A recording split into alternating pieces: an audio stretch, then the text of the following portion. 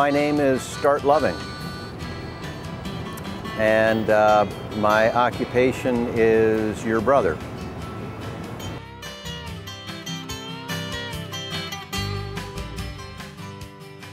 If you think about the person you most love in the world, you most experience as family, take that feeling and have it extend to how you feel about everyone.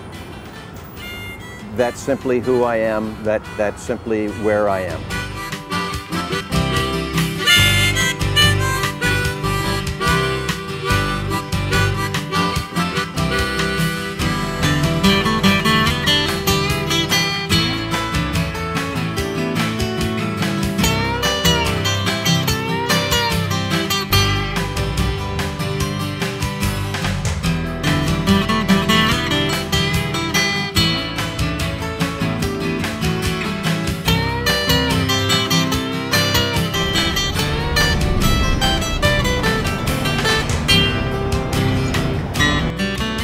I had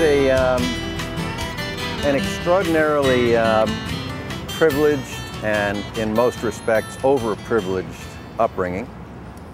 I grew up in what was then and is now one of the wealthiest, most elite towns in the world, Short Hills, New Jersey, about 30 miles west of New York City.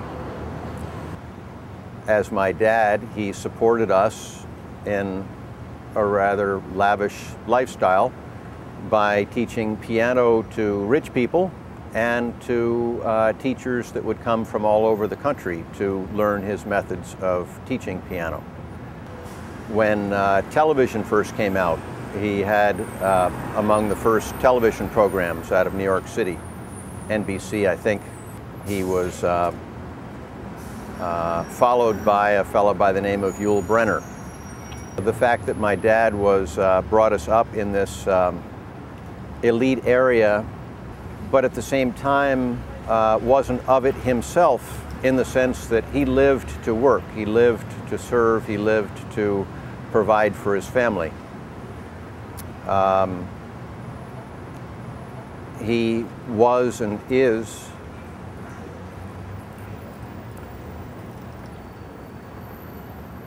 the most intensely loving man that I've ever encountered, and that's, again, not to be confused with happy-go-lucky or even pleasant. Because of the perspective I had from my dad, I would guess that's why I got a perspective on Jesus that I think few people get. That he was also a man who, what defined him was that he simply loved passionately and universally anyone and everyone on the planet.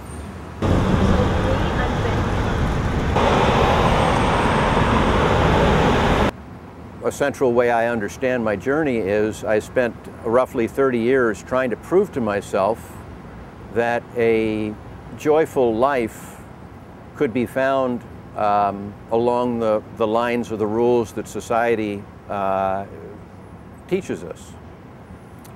Take care of yourself, take care of your biological family, make as much money as you can, all the while being nice, whatever that means along the way.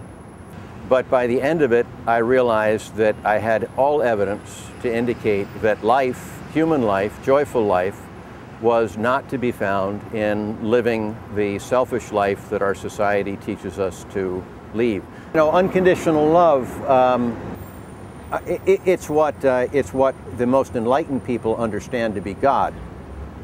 And as it became acute enough, I realized it was a realm that we can choose to inhabit. And I do inhabit every waking moment.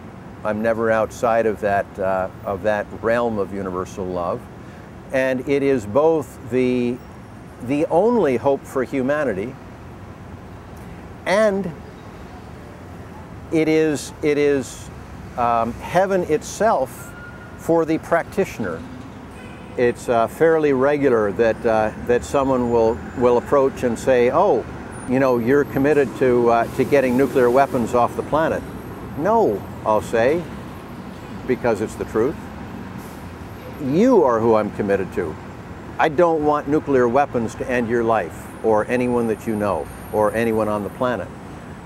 It's love by whatever name, understood in whatever way. It's universal love that not only can cause this kind of work that I'm doing that looks like such horrible sacrifice and doesn't feel like anything of the sort, but it's love that's powerful enough to do that.